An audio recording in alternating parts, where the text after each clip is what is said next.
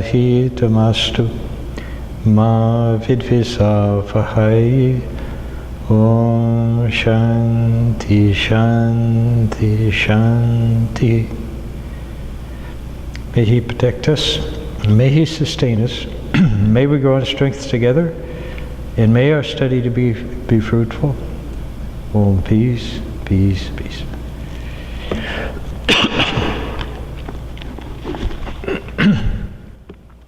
Okay, so we are in part 2, chapter 2, and we've already covered the first 2 verses. It says, this body, with its 11 openings, is the abode of the self, which is unborn and always the same pure consciousness.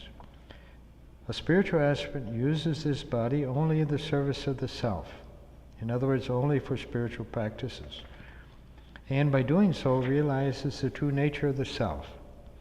He then goes beyond sorrow. As he has overcome his ignorance and has stopped identifying himself with the body, he becomes, following his death, free from the cycle of birth and death. This truly is that self that Nachiketa was asking about.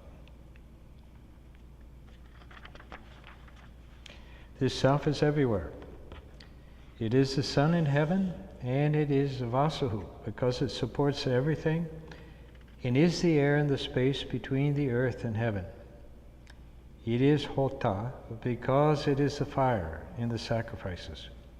It is the fire on the altar, Vedi, or it is the fire that has the whole earth as its altar. It is a Brahman guest, or it is the Somarasa, or Soma juice in a pitcher.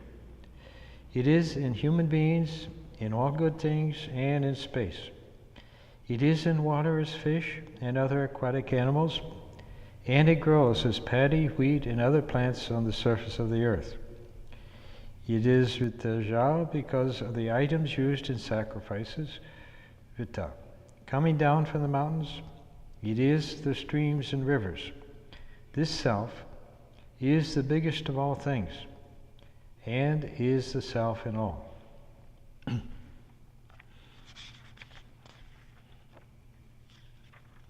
So we next come to verse 3. It says, the self directs the vital breath, prana, upward. It also directs the breath, apana, downward. This self is in the heart, and the yogins meditate on it.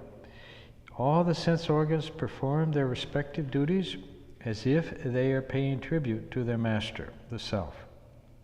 So once again, it is being asserted that the self is the supreme authority in the body.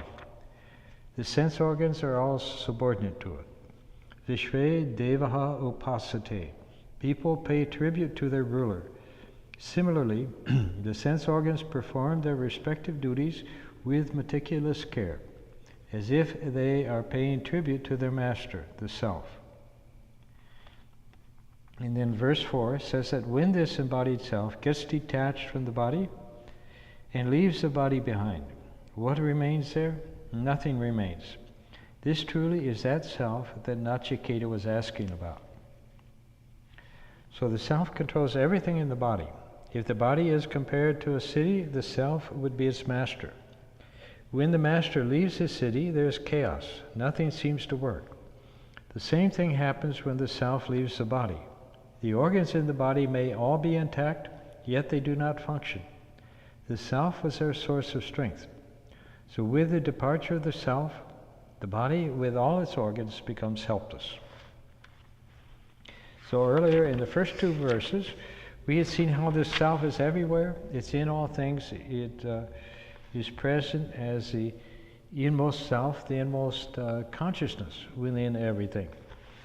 And it's also within the body as the underlying the vital breaths and everything else. It's the ultimate source of the body. And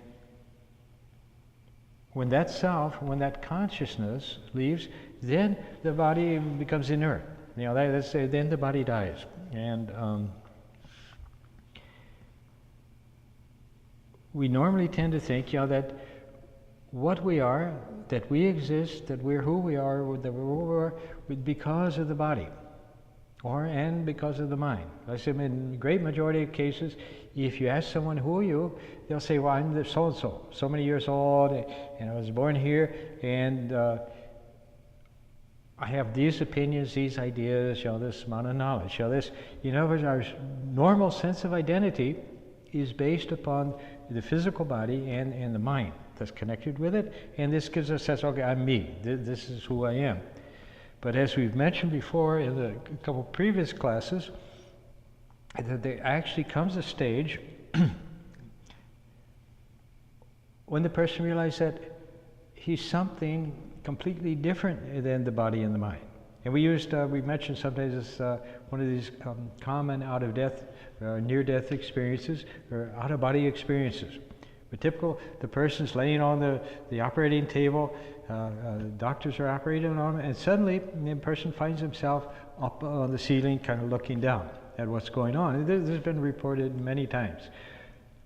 Now, up to that point, the thing to notice is that up to that point, that person who's on the operating table, and maybe has temporarily died or something, his heart has stopped or something, but up to that point, that person had the feeling that I exist, I'm me because of this body. This body is me.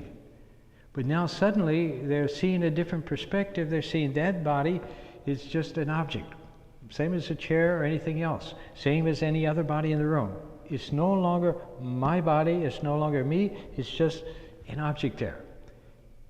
And the person realized, but I'm still here. The thing within me that was saying, I exist, I'm aware, this is me, that thing is still there, but it's no longer connected with the body. In the same way, and this is the basis of spiritual realization, is that eventually a person gets beyond thinking, okay, I'm this body, this is me. He also gets beyond the mind. These emotions, these feelings, these memories, all things, these are not me. There's something else there, and can actually separate consciousness from body, mind completely, and realize then that, oh, this is what I am. As a body, as a mind, you're very limited in your experience. It's through the body and the mind we get our experience of this world, of human life, but that's not all we are. And in fact, our human experience, our human life is something very limited, very small. Just this little bit of time and this little bit of personal experience, neighborhood that we're aware of, but generally we are conscious of very little. But yet when you step out of that kind of room created by body and mind, when you step out of that, you discover the whole vast universe is there. And this, people don't realize, and that you are one with that whole vast universe. Because when you get deep enough to know who you really are, you discover that who you are is this consciousness, and when that consciousness is not anchored in a particular body and mind, you discover this consciousness is vast as the universe. This is the source of this. Eventually, in other words, a wave, by its nature, can be big wave or a little wave, but it's still a wave. It comes up for a while and then it goes away. Underlying the wave is the ocean. And when you reach that point of realization, you discover, oh, I'm one with the ocean. And then there's no limit to you. So as long as we are grabbing hold of something, some object, whether it's a physical body or it's the mind or particular pet ideas or things, as soon as we grab hold of something and identify with it and say, okay, this is me, then we become limited by that thing. When gradually we were able to kind of separate out, let go of all the things we're clinging to, then we discover, oh, I'm free. That everything, and we begin to discover that everything that's there I have already. It's my own inner nature, it's my own, the reality of my own being. And so, like this, when a person attains realization, he discovers that he's not at all limited by what is going on in his material life. We've mentioned before how as a person practices detachment, they gradually two different things begin to happen.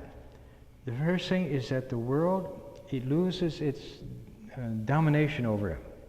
It loses its capacity to make the person suffer, to make the person unhappy or disturbed. And secondly, gradually, the person begins to become aware of the vast nature of his own kind of true self. And to begin to discover that everything he's been seeking, which roughly you could say is everybody's seeking happiness, everything that person has been seeking in the world is suddenly here. Everything that he wants in life is suddenly here. As a human being, as a limited, very limited kind of body and mind, we have a certain amount of intelligence, a certain amount of strength, a certain amount of ability, and with that we can accomplish a certain amount of things in the world. But when you begin to move back into your awareness of your real self, you discover that you have all the power of God is behind you. There's nothing that it can't do. There's no limitations on you or in who you are, and what can be done, and everything begins to come to you as grace, as a flow of kind of grace just coming within, and you then are not limited. You don't have to struggle anymore. Most of everything we achieve that we accomplish through struggle. You want to be a doctor, so you go to school for years and years and years, you study very hard, you work very hard, and eventually you become a doctor. But when you get to the spiritual level, everything is just there. Everything is just unfolds. There's no struggle, there's no need of overcoming anything, because there's no resistance to God's divine will. So when as a person begins to make this connection, okay. Hello, and here is Swami Vardananda. Good. It's good to see you. We're just having our class on the Katha Upanishad. Would you like to say anything on the people? Yeah, you can come. Here.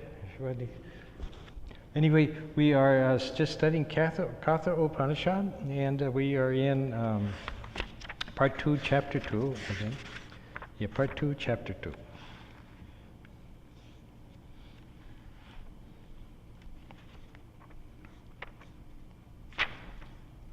So anyway, as we're saying that, the more you're identifying with what Shankara called the upadis, the limiting adjuncts, and we mentioned this before, the idea is that as soon as you identify with anything and say, okay, this is me, this body is me, this mind is me, and this idea is me, this emotion is me, as soon as you identify with anything like that, you become limited by that. You're kind of sort of buried in that experience, and then you don't know anything.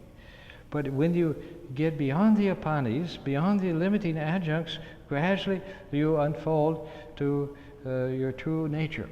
For example, right now, as human beings, we're all living in our own small room. And in that room, you experience being here in the shrine, you experience, listening to the talk, and all the other things going on in your life. You experience all these things. For most people, they tend to think, okay, this is it, this is reality, this is all there is. But as Joel Goldsmith, one of the kind of modern mystics, he pointed out that it's like the chicken and its egg. The little chicken and its egg, it's confined within that egg, living in darkness, and thinking this is all there is. It's the only thing there is. But then at one point, the little chicken, it begins to peck on the egg, and eventually it breaks open the shell. And then it discovers there's a whole vast world out there that they never knew existed. In the same way, we're all kind of locked into our little small room of our personal human life and thinking that this is all there is. But yet, there's a whole vast universe there that becomes revealed as we kind of get out of this kind of small room that we're in.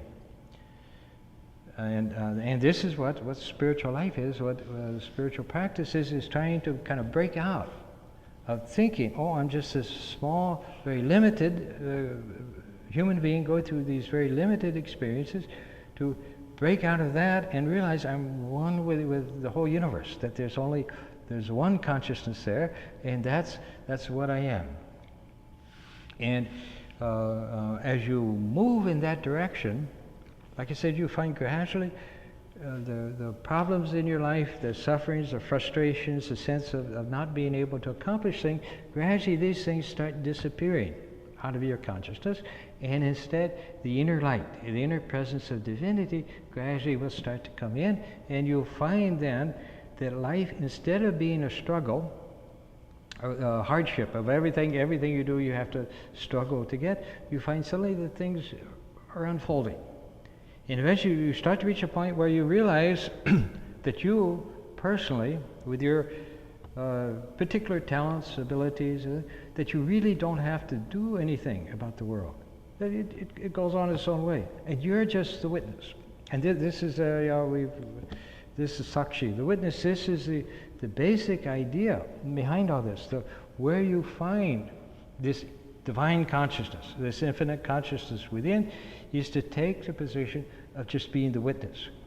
Because what's happening then is that as you become the witness, instead of saying, this is happening to me, this is happening to me, I'm this, I'm this experience, instead of saying that all the time and then becoming kind of confined within those experiences, gradually as you kind of stand back from it, experiences go on, but suddenly you realize there's this other presence there. And the first thing that usually happens, you start to feel sort of calm and peaceful and together, like things are in good shape. And then slowly, your attitude towards the world tends to change from being always in a battle, always in a struggle, always trying to get something. It gradually becomes just letting things flow. This is for the devotee. This comes through as he develops the attitude of surrender to God. This consciousness gradually unfolds, where his dependence is not on how much money I'm making or who likes me, who doesn't like me, and all these things. His dependence tends to be on this inner presence, of just standing back, of just trusting and living with this inner presence. And then you see in time that you don't need anything in the world. It doesn't mean that you hate the world or that you try to run away from it or anything, but it's just you realize you don't depend on it for anything. And when you stop depending on, say, other people for things, you'll find your relationships change, suddenly become much different. Whenever we want something from somebody else, whether it's money or whether it's affection or anything else, whenever we want something from somebody else, it sets up barriers in the other person. It's like a panhandler comes up to you and starts asking, well, right away, people, you get defensive. You start to back away. Well, when we're needing other people, depending on other people or other things in the world for our happiness and so forth, then we find that there's a barrier created. But when you begin to stand back from things and not depend on things, then you see the beauty, the reality of things begin to unfold. And your whole experience starts to become transformed, and you find that instead of these kind of always seeking something from somebody else and always getting into frustrated kind of relationships or things, you find that suddenly you don't need things from the other person, and so suddenly you, instead of being a grabber, trying to get things, you gradually, just naturally begin to become a kind of a giver. Because your natural state, when you kind of remove all these obstacles and barriers of the mind, your natural state is to be good and loving. Because your natural state, the reality of your being is oneness with everything that exists.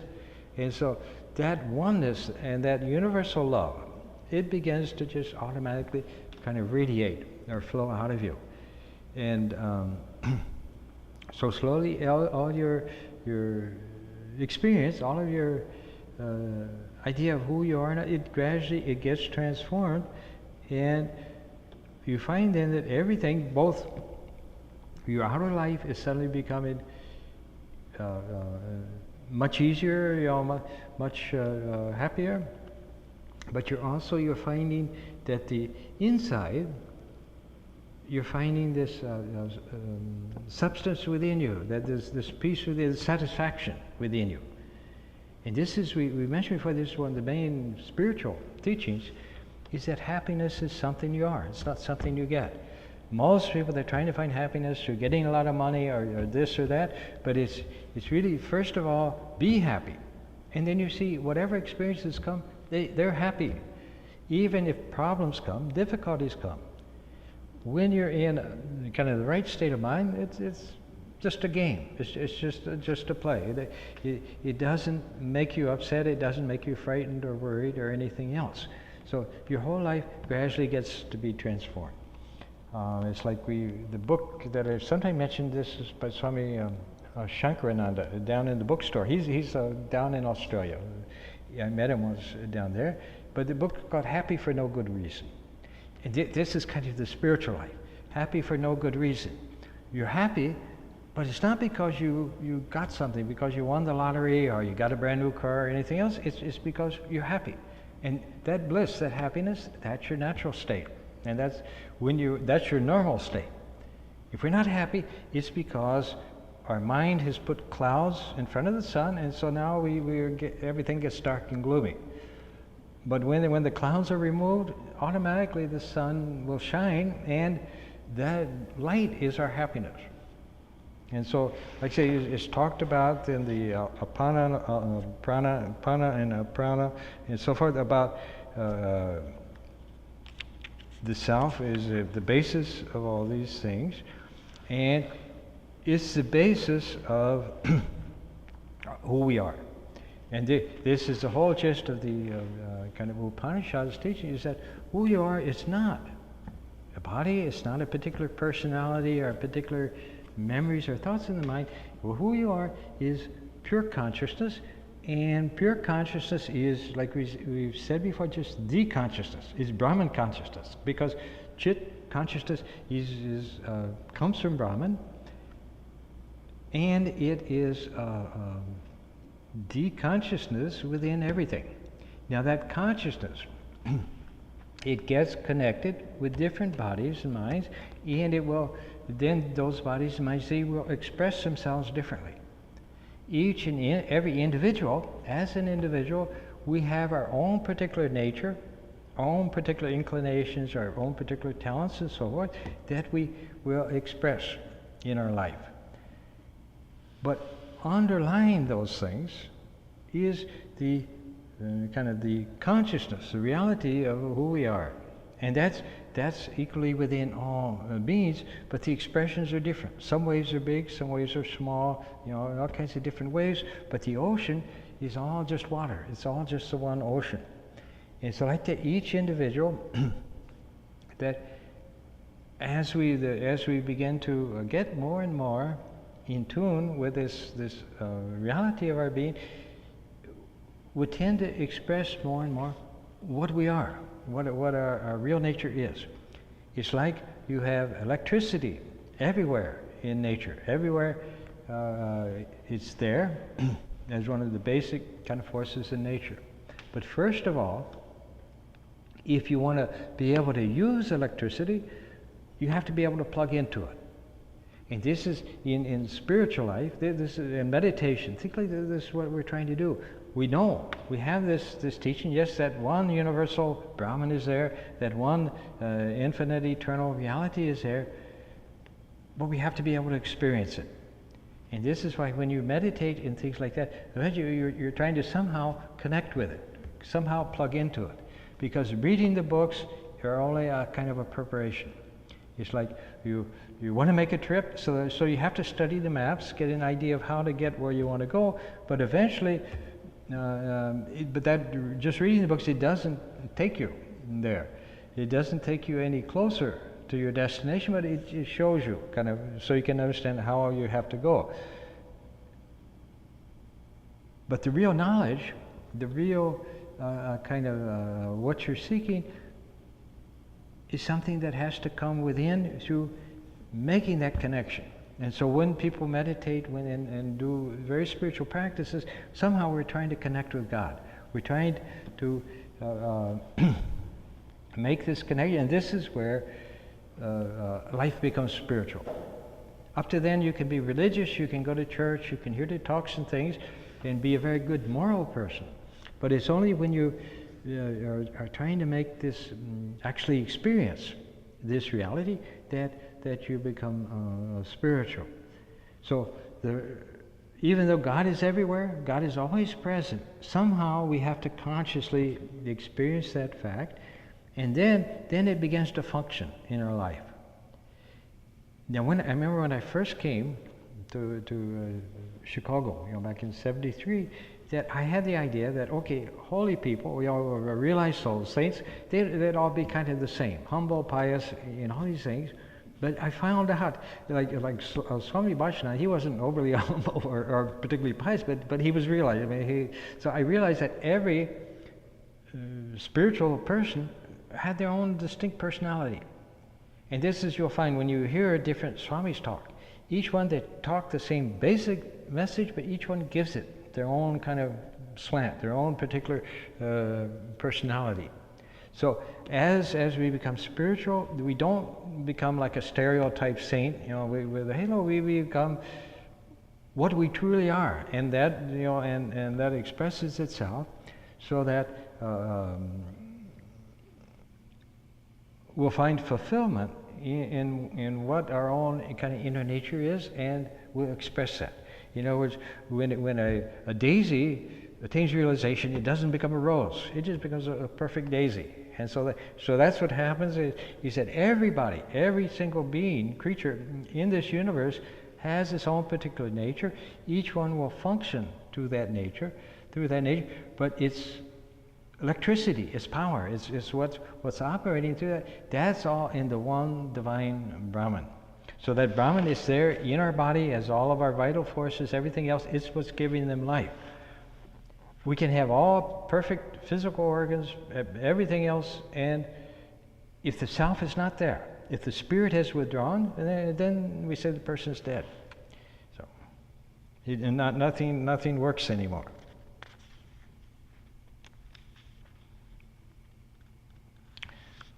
So in the next verse, he says, O Gautama, I shall now explain to you the subject of the secret and eternal Brahman, and also of what happens to the self after death. So Yama Death is now going to explain to Nachiketa two things.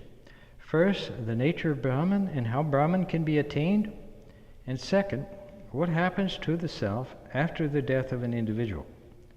So Brahman is surrounded by mystery, and not many people have any idea about it.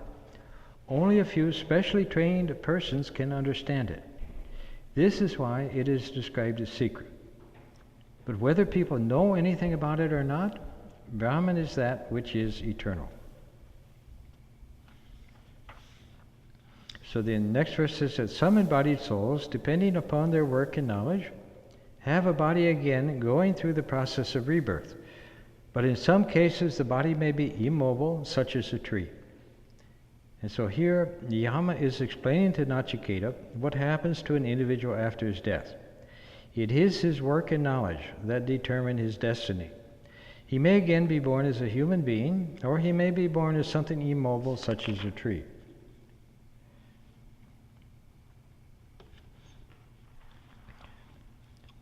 And this is the idea that when, they sometimes say that a person's future death, in other words, or future life, it depends on his, the final thought that he has. And some people worry, well, suppose I just get a really bad thought at the very last moment, and then all of a sudden all my years of work are down the drain.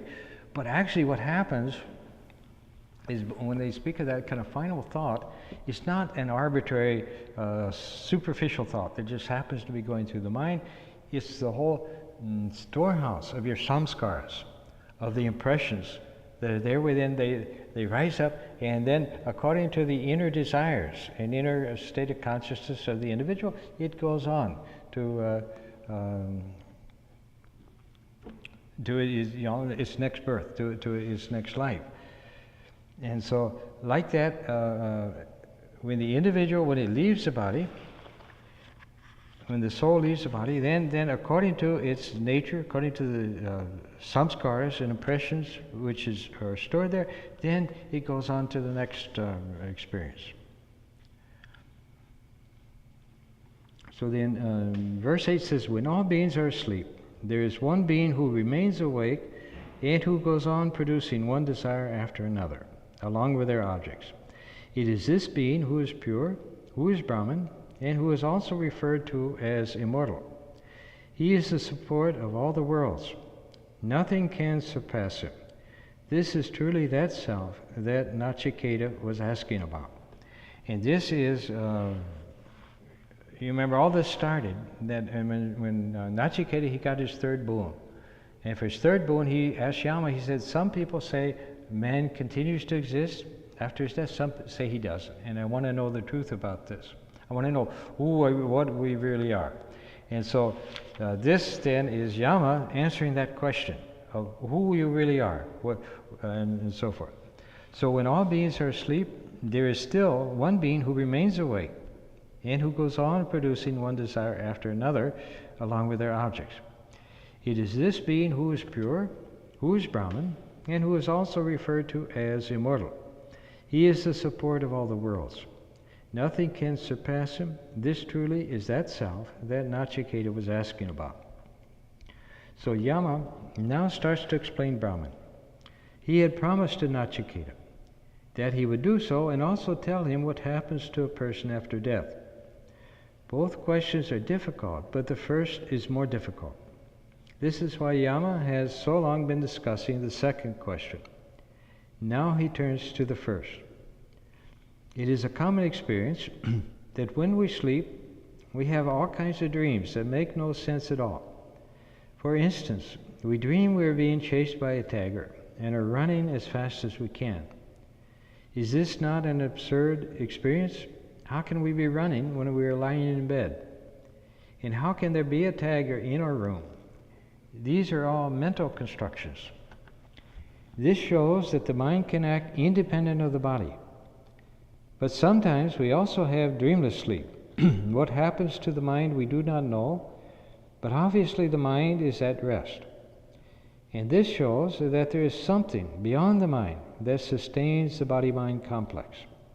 This something is the self, which is always awake, and which, in conjunction with ignorance, holds the body and the mind together and makes them work its will. In other words, the body and the mind are tools of the self.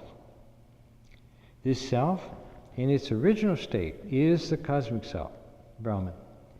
All the worlds rest on it, and nothing can surpass it. It is supreme, it is immortal.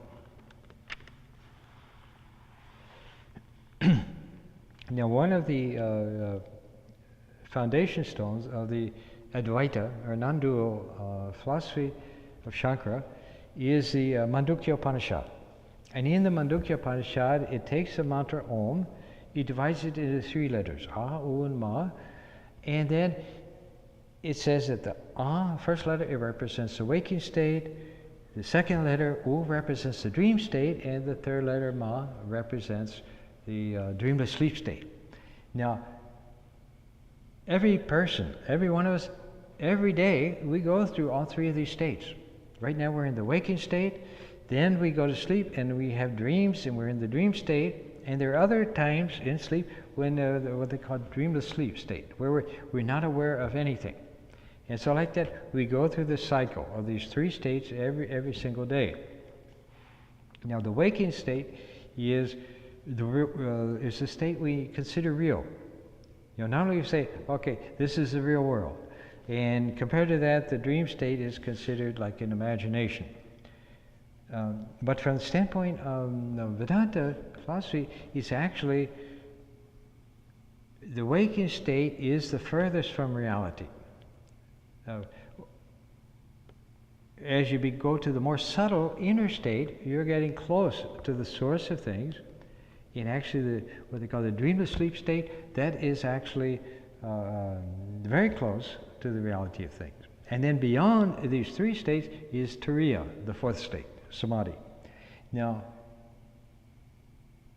the dreamless sleep state, where we don't know anything, we don't remember anything. We wake up, we feel rested. We feel, yes, I feel, I was peaceful then. I feel rested and kind of refreshed. That state is actually a very high state. It's called the causal state, because out of that then come the mental states, which expresses dreams or as our thoughts, and then as finally the physical world expresses. Now the problem with the causal state, or deep sleep, is that we don't know anything. We go into it and then we come out the same, and we've got a sense that I've kind of rested, the body's refreshed and all, but we don't remember anything happening there. At the same time though, like I said, it's the next thing kind of to samadhi. So the deep sleep state, it represents consciousness, but covered by ajnana or ignorance. In other words, when they speak of Maya, when they speak of the power, the creative power of God, there's two aspects of it. One aspect is the covering aspect, which covers the reality, which covers the presence of Brahman, and the other aspect is the projecting aspect, which then creates all kinds of experiences, all kinds of things. In other words, you have a screen, and then because the screen is there, then you can project all kinds of movies on the screen, happy or unhappy or any kind of movie. So the causal state represents that first stage of the covering aspect, the veiling aspect of Maya, where the presence of Brahman is veiled, is covered. Then, once that's done, then you begin the projecting state, which starts at the mental level, and in our dreams, that's what we experience, but also in creative thought. We recognize that all the great geniuses in the world, they have access to the mind, to the creative power of the mind. And as we mentioned before, it's that creative power of the mind is a real force behind creation. Because just as the house exists, not so much because of all the physical work that was done building it, but because of the idea and the mind of the architect. In the same way, everything that goes on in this world is an effect, an expression of something that started at the mental level. And so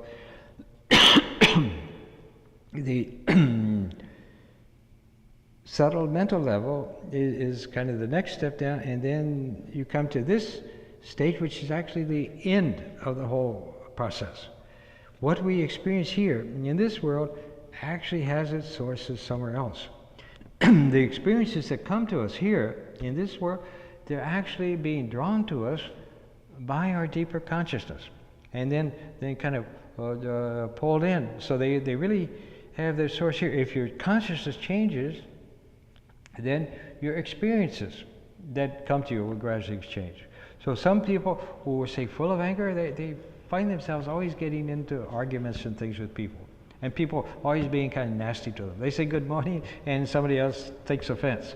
Because they're kind of expressive, they're full, even though they're behaving and not doing anything, that anger is kind of expressing itself out of them and bringing angry situations.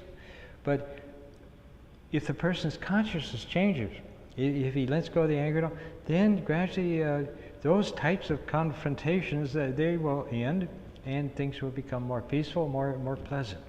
So, like I say, it's at the subtle mental level is where, and even deeper at the spiritual level, is where we're drawing our experiences to us, and what we experience in this world is actually just the end result of that. And most people, we try to solve all our problems by dealing with the outside world, by trying to fix something in the outside world. But when your inner world begins to change, then you see the things that were problems, they gradually go away.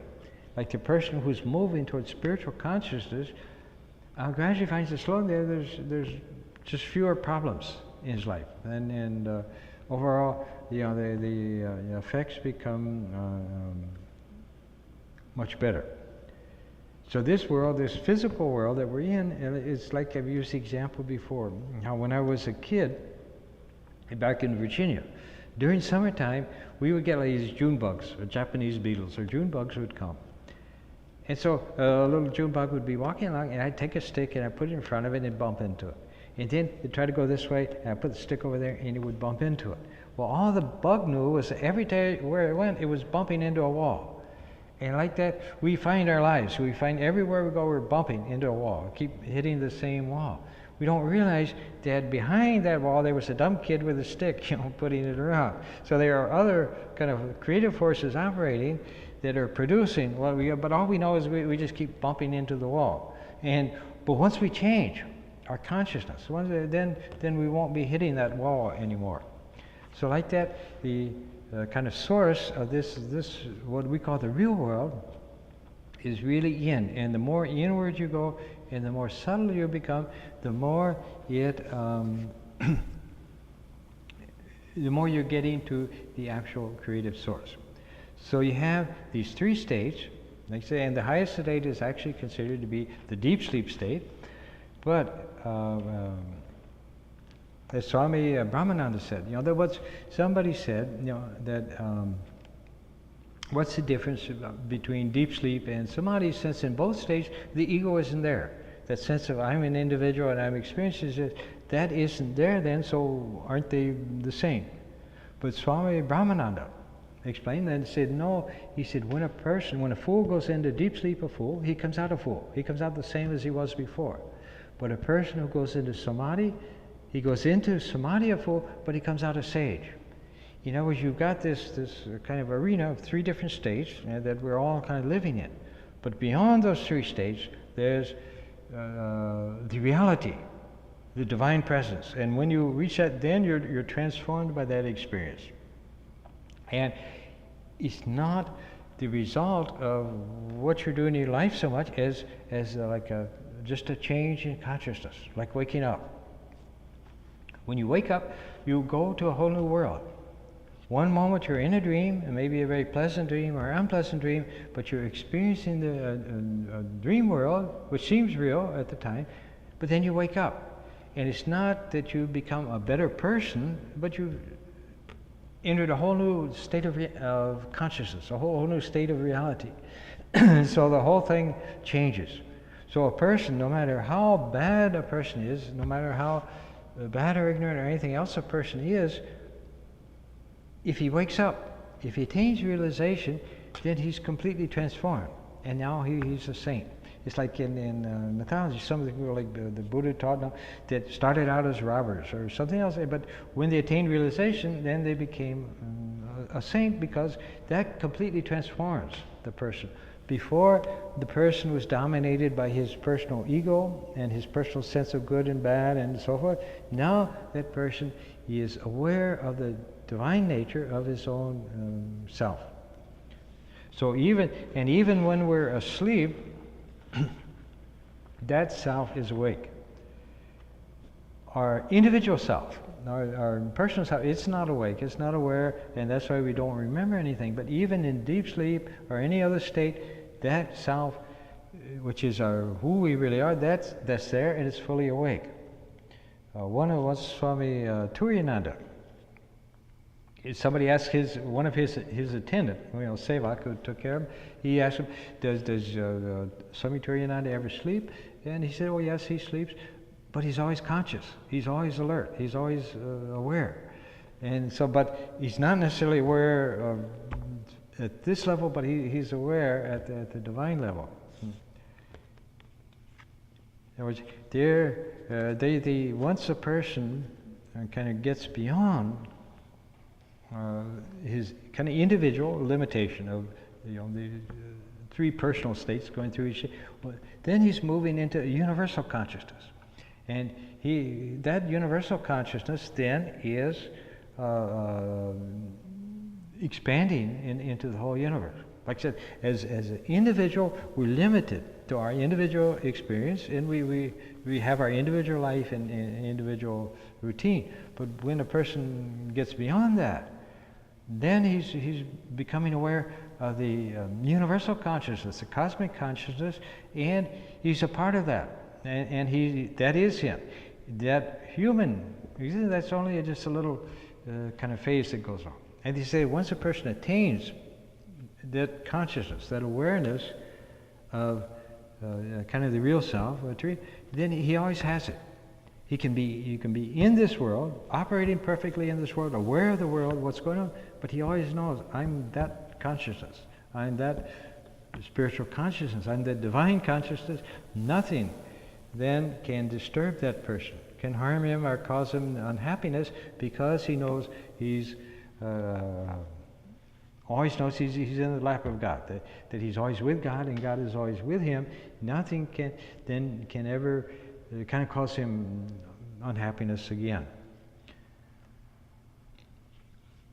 So with the realized souls, once they tell you, you can't judge how they are. Like I said, they all have different personalities. They may act like a spiritual person, or they may not act like a spiritual person. But inside, their consciousness is one with the kind of universal consciousness. So even when we're asleep, even in sound sleep, there's always our true consciousness. It's always conscious. It can't be unconscious. There's a barrier can be placed between that consciousness and our personal consciousness. And then we feel, oh, I was asleep, I don't remember anything. But in truth, if we can get kind of back to our true consciousness, then we know we're always awake, we're always conscious, because that's its very nature. So when all beings are asleep, there is one being who remains awake and who goes on producing one desire after another, along with their objects. It is this being who is pure, who is Brahman, and who is also referred to as immortal. He is the support of all the worlds. Nothing can surpass him. This truly is that self that Nachiketa was asking about.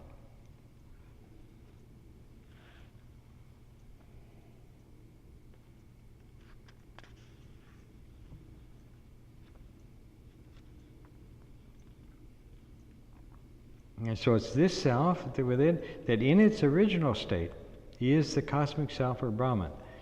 All the worlds rest on it and nothing can surpass it. It is supreme, it is immortal. So what we experience as our human life, as our presently is like what they would call virtual reality. That you live in a virtual reality. You live in a particular world, but it's all created by a computer, like the movie Matrix. And actually Matrix is filmed in Chicago and all. And these characters, they're going through all these actions and things, but ultimately they are all existing, inside some computer, and it's just creating this virtual reality. But this world is like that virtual reality, or again like a dream.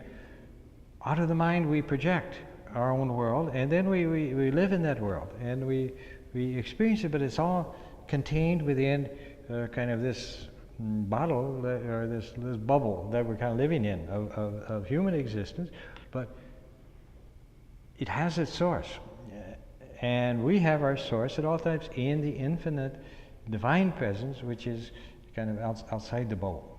So in the virtual reality or the dream, you can experience anything you can imagine, from the most kind of wonderful experiences to the most terrible experiences, because this world is based on the pairs of opposites, of good and bad and so forth.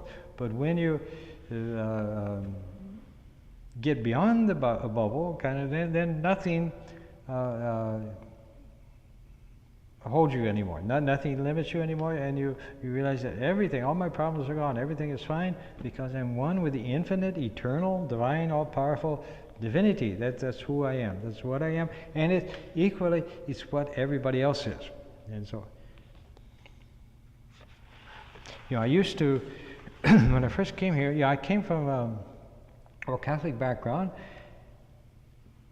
and the idea in most Christian religions is that your purpose is to know, love, and serve God. And we're the Christian, we try to serve God, be good people, and serve God. And but I got to Vedanta, and it kept talking about the self. Realize the self, get freedom. Well, that always sounded kind of sounded kind of selfish. that, yeah, you're trying to seek your own salvation things, you know. But actually, he doesn't mean that at all, because when they're talking about freedom, or they're talking about realizing the self, what they're meaning is to become one with the self in all beings.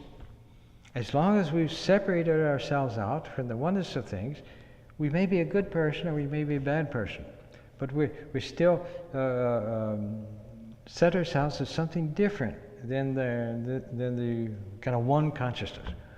The greatest good you can do to the world is to ultimately to become united with that one consciousness and live your life as its instrument, just doing and doing as it makes you do.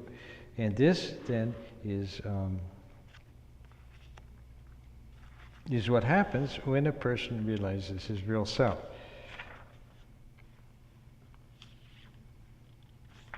So now verse 9, it says, the same fire, having entered the world, has assumed different forms according to the inflammable object in which it is found. Similarly, the same inmost self is in all beings and is also outside of them. So the same self is in every being. But the beings are many and they have different forms. Out of ignorance, we think each being has a separate self. This is a mistake. As the Upanishad says, there is one common fire, but it appears to have many forms according to the object in which it is found. Fire, as such, has no form. It assumes the form of the object it burns. Similarly, the self, as such, has no form. Yet it appears to have a form because of its association with a living being or an object. The self is like space, everywhere, in everything, and always formless. And like space, the self is both inside and outside of everything. It is all pervasive. So it's the same self that's in every being. But each being is different. Each being has its own individual nature, its own individual character, and so forth. But yet, each self ultimately is the one self expressing itself. You know, in Zen, they have one of their famous koans. One of the riddles they use is called, what is the sound of one hand clapping? In other words, there's one consciousness there. But out of joy, it's become many. It's created all this world, all these different individuals, and it's then within each and every being as the consciousness of that experience, experiencing things through that being, but yet at the same time, it hasn't become the being. It's still its own self. So it's not a pantheism, where, you know, pantheism is the idea that God has become the universe. But God is immanent, He's within the universe, but at the same time He's transcendent, He's also beyond the universe. Because even though He's the consciousness within each and every individual, that consciousness is by itself, it is one and unlimited and totally intact in its own nature. In other words, Brahman never ceases to be Brahman, but he can also at the same time be aware and experience through all the different individual people, animals, everything in this unit, from Brahma down to a blade of grass. The example they sometimes use to kind of explain God's will is that suppose you have a lot of different pots of water. Now in each pot of water the sun is shining. If the pot of water is big, then the reflection will be big. If it's a very small pot, then you get a very small reflection. And like that, the reflection will change from pot to pot, you know, each different. But if you, no matter what the nature of the reflections, the sun is always the sun. In other words, we're, as an individual, as a human, we're kind of reflecting consciousness, that one consciousness, according to our own kind of the size of our pot, according to our own nature, our own intellect and ability, we reflect it to a certain extent. But at the same time, that has no effect at all on Brahman. That has no effect on the consciousness that's there. It's just the nature of the instruments is what affects our experience of things, but in truth, whether we're having good experiences or bad experiences has no effect, whatever, on Brahman, and has no effect on us in our real self, in our true self.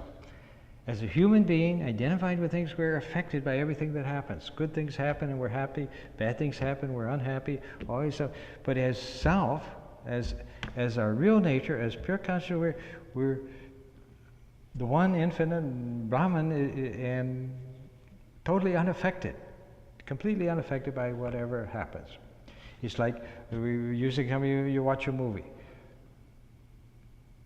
Now, depending on the nature of the movie, it can make you laugh, or it can make you cry, or it can make you frightened. Depending on but at the same time, you enjoy it because I'm safe and sound. I'm just sitting in the theater. I'm just watching the movie. It has no effect on me at all, and so you enjoy even terrible things going on screen because it's not real. It has nothing to do with me. So a realized soul, or somebody who's started to become spiritual, knows whatever goes on in life, it has nothing to do with me. It's a show going on.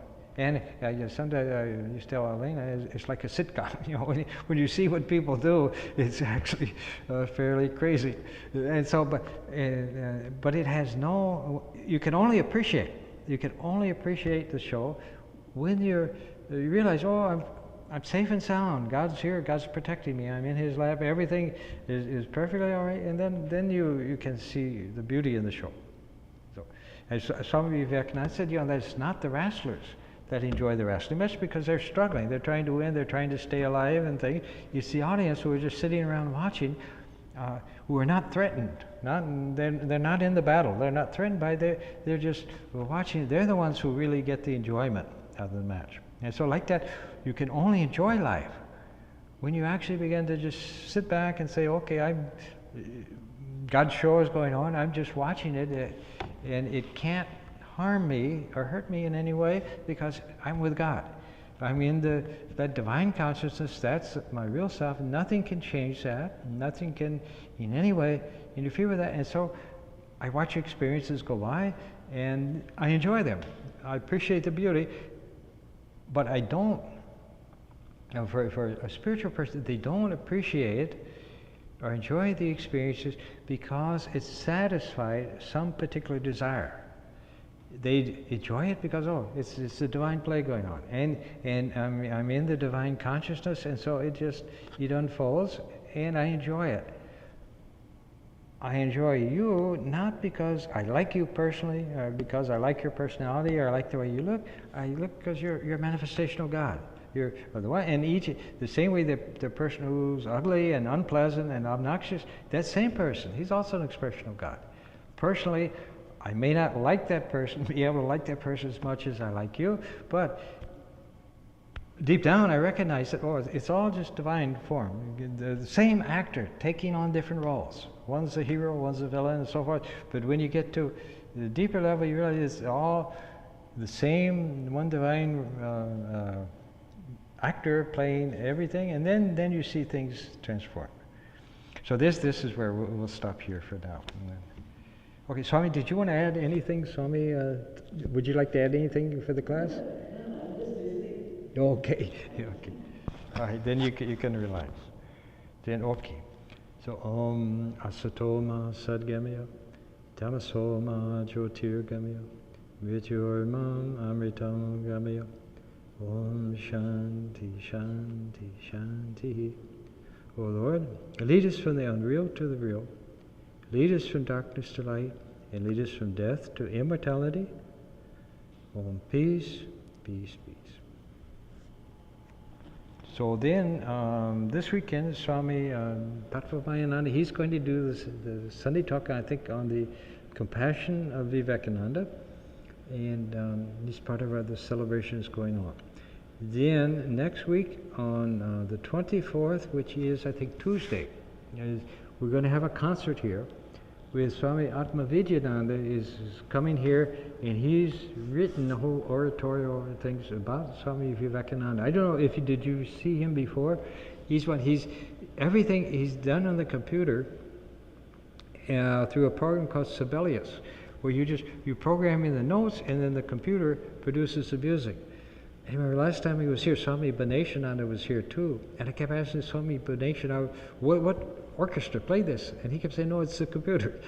Anyway, so he made very nice music, like concert quality music, with the whole orchestra, but it's all just done through computer. So that's going to be on Tuesday the 24th, I think. And then following weekend, Swami Nishamananda is going to do a 2-day retreat at Ganges on Friday and Saturday.